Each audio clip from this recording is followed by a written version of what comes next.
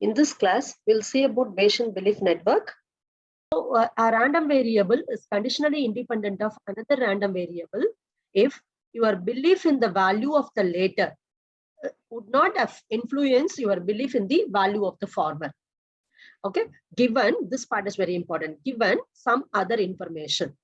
So here, let me consider that I have a random variable z, and also I have two more random variables x and y. Okay, so if you consider here, the meaning is, here I have given x arrow y. It means that the random variable y conditionally depends upon the random variable x.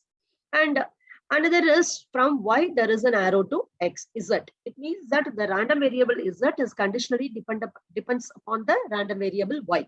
Is going to define the term conditional independence. Here, if I know the value of y, I can easily come to a conclusion about the random variable z. I don't need any other value, any other information about the random variable x. So I will say that the random variable z is conditionally independent of random variable x given y. Okay, y is very important because I can come to a conclusion about the random variable z from the value of y. So I don't need any information about x. So here a random variable z is independent of random variable x given some random variable y, because with y itself I am calculating z. So I can write this as, if z, I want to calculate z given the values of x and y. Now what I can write is equal to probability of x given y. I am not including probability of x given z in this. What is the reason is, if I know the value of y, I can immediately calculate z. No need to get the value of x. That's why I am writing probability of z given xy is equal to probability of z given y. This is a very important formula of conditional independence. Bayesian belief network also uses the concept of joint probability. Consider that you have an arbitrary set of random variables. So you have many variables into picture now. They are nothing but y1, y2, etc. up to yn. And in this, each variable here is nothing but attribute into your data set. So each variable yi can take some value on the set of possible values v of yi. Okay. For example, if you consider the outlook column, sunny, windy, and rainy, and so on. Okay. So I will say that the value for that particular variable is those three values: sunny, rainy, and then windy. And now we are going to define the joint space of the set of variables. Now I told you only one variable, which is nothing but outlook. Similarly, we can have other variables like temperature, which can have values like hot, cool, normal, and so on. Likewise, you can have any number of variables. So when you have more than one variable into picture, you can represent something called as joint space of the set of variables. It's nothing but it is a cross product of v of y1 multiplied by v of y2 cross product, etc. up to v of yn. The joint space of set of variables is nothing but it is the cross product of all the variable values. And the probability distribution over this joint space is called as joint probability distribution. Once you define the joint space, you can give the probability value for each and every occurrence of that. So that distribution is called as joint probability distribution. And this joint probability distribution, what it is going to convey to you? This is going to specify the probability for each of the possible variable binding for a particular tuple. If I give you one tuple like outlook is equal to sunny, temperature is equal to cool, then this joint probability distribution will specify what is the probability for every possible value in that particular tuple. Now, let us understand the formula to calculate the joint probability. So the joint probability for any desired assignment of values y1, y2, etc. up to yn to the tuple of the network variable. Here, capital Y represents the variable and small y represents the value of the variable. Okay, so that can be computed by the formula probability of y1, y2, etc. up to yn. That is nothing but one tuple you are considering currently. You are finding what is the probability, joint probability for that particular tuple. So for that, you have to consider it is nothing but multiplication of I is equal to 1 to n. So here, what is n? It is nothing but number of features in our data set. And probability of yi given parent of yi.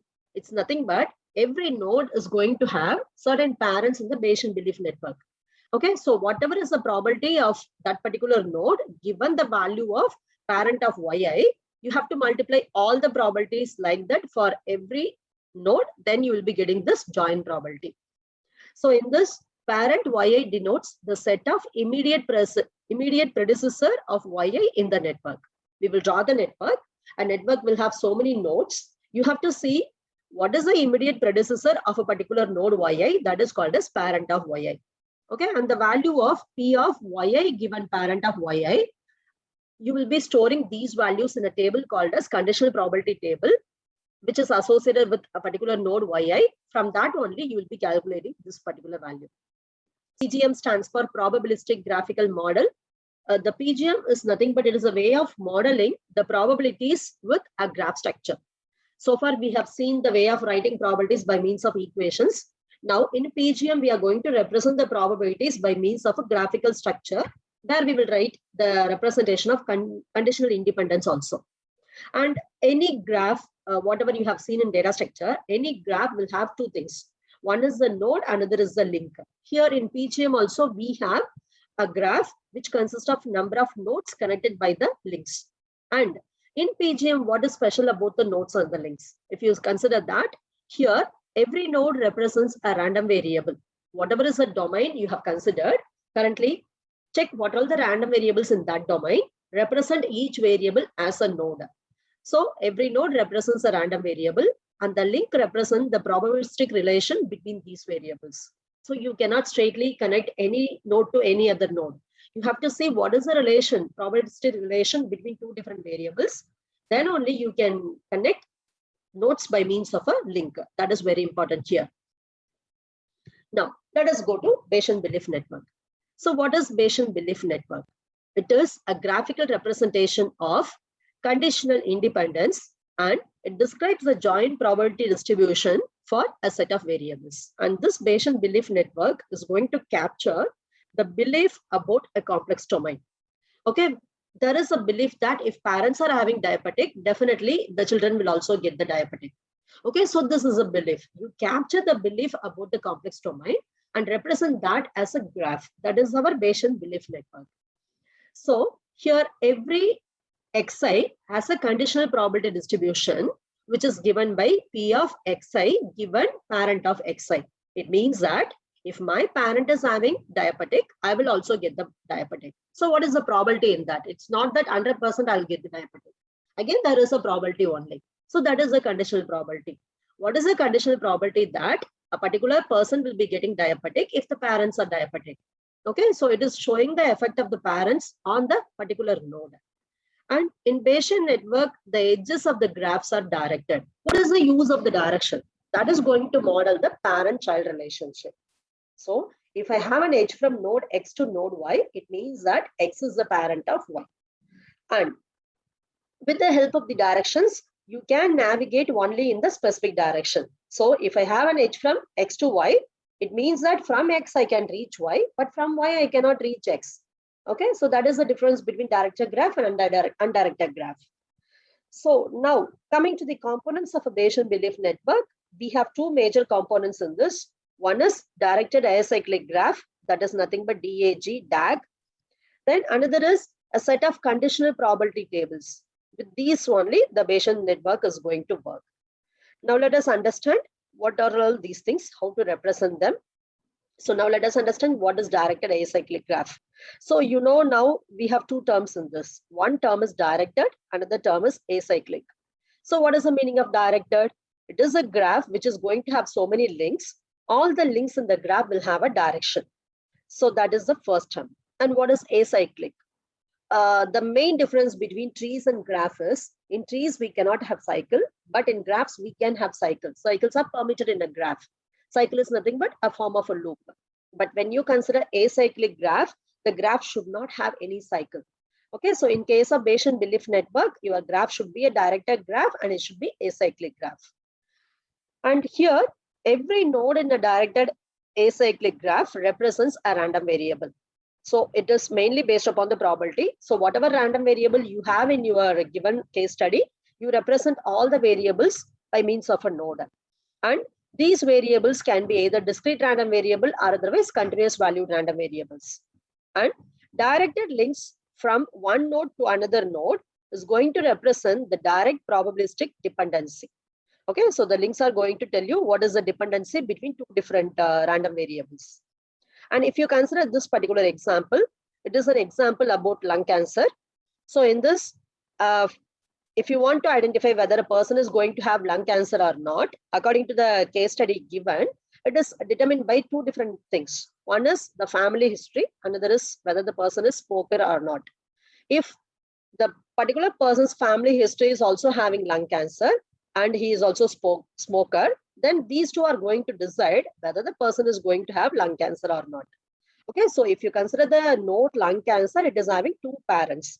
One is family history and the other is smoker. So we have direct link from these two notes to lung cancer. So we will say that lung cancer is influenced by a person's family history as well as whether the person is a smoker or not. Now, if you consider this, I want to find out positive X-ray. That is nothing but I am taking the X-ray. What is the probability that I'll say that the X-ray is a positive X-ray? That means that it is confirming that the patient is having lung cancer. Okay, so now, given that we know the patient has lung cancer, the variable positive X-ray is independent of whether the patient has a family history of lung cancer or the patient is a smoker. If you see here, we have four different variables, but the variable positive X-ray is only depending upon the variable lung cancer. If I know about lung cancer status of a particular person, then I can come to a conclusion about the X-ray.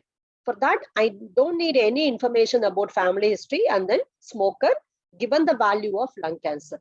Okay, so because from this itself, I can come to a conclusion. So now, for this, we are going to write conditional probability table. So two parts we have seen. First is the acyclic graph. Second is the conditional probability table. How to draw this conditional probability table? Here I have given the probability table only for this part of the graph. Okay, only for this part of the graph, I have given the table.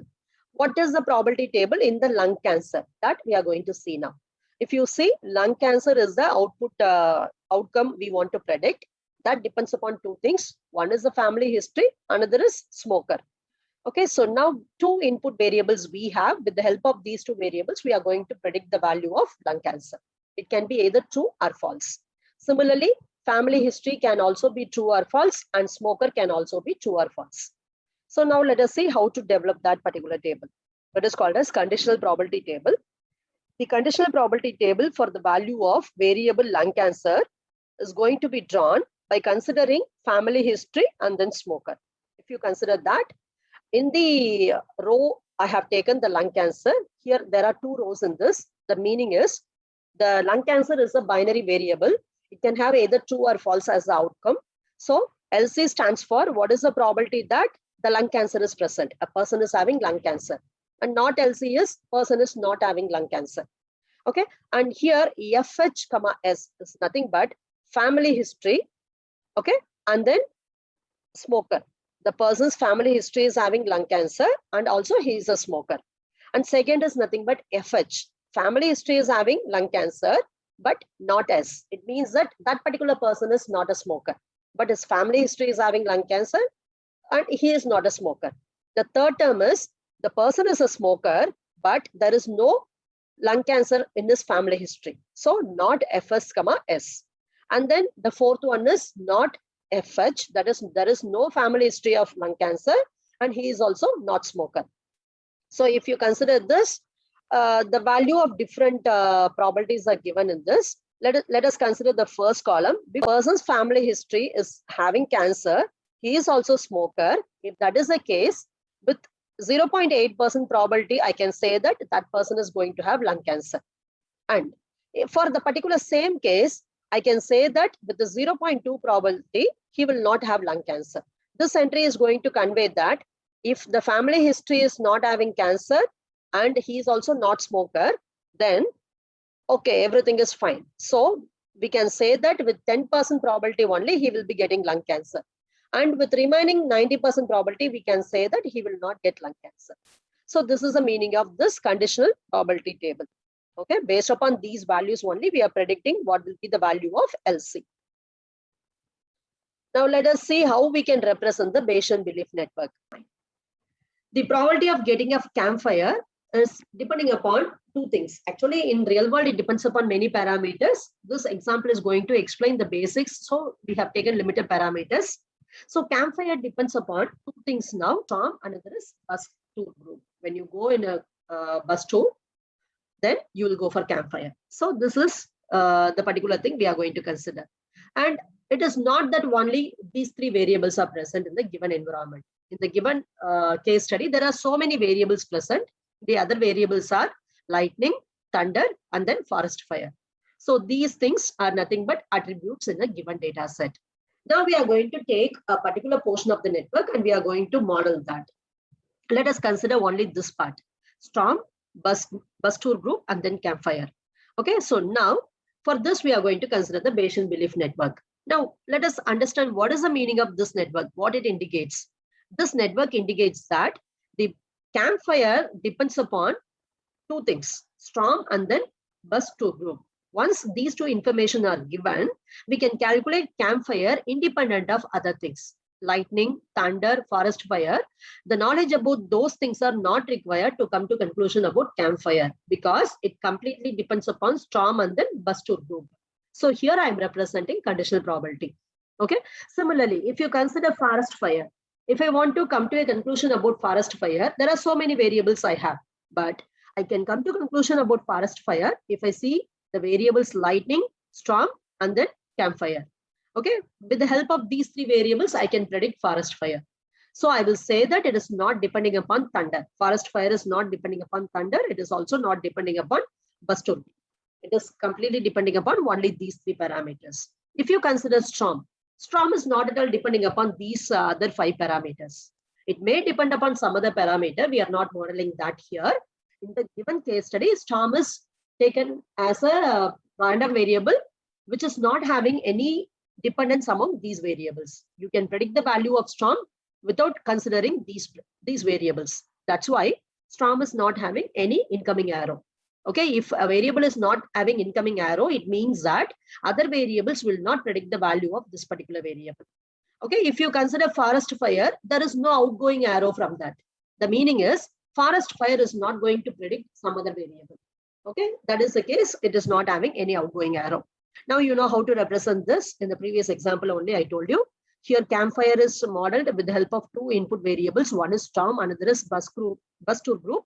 Since they are binary variables, we will have four different combinations now because two variables, every variable will have either true or false. So totally four different combinations.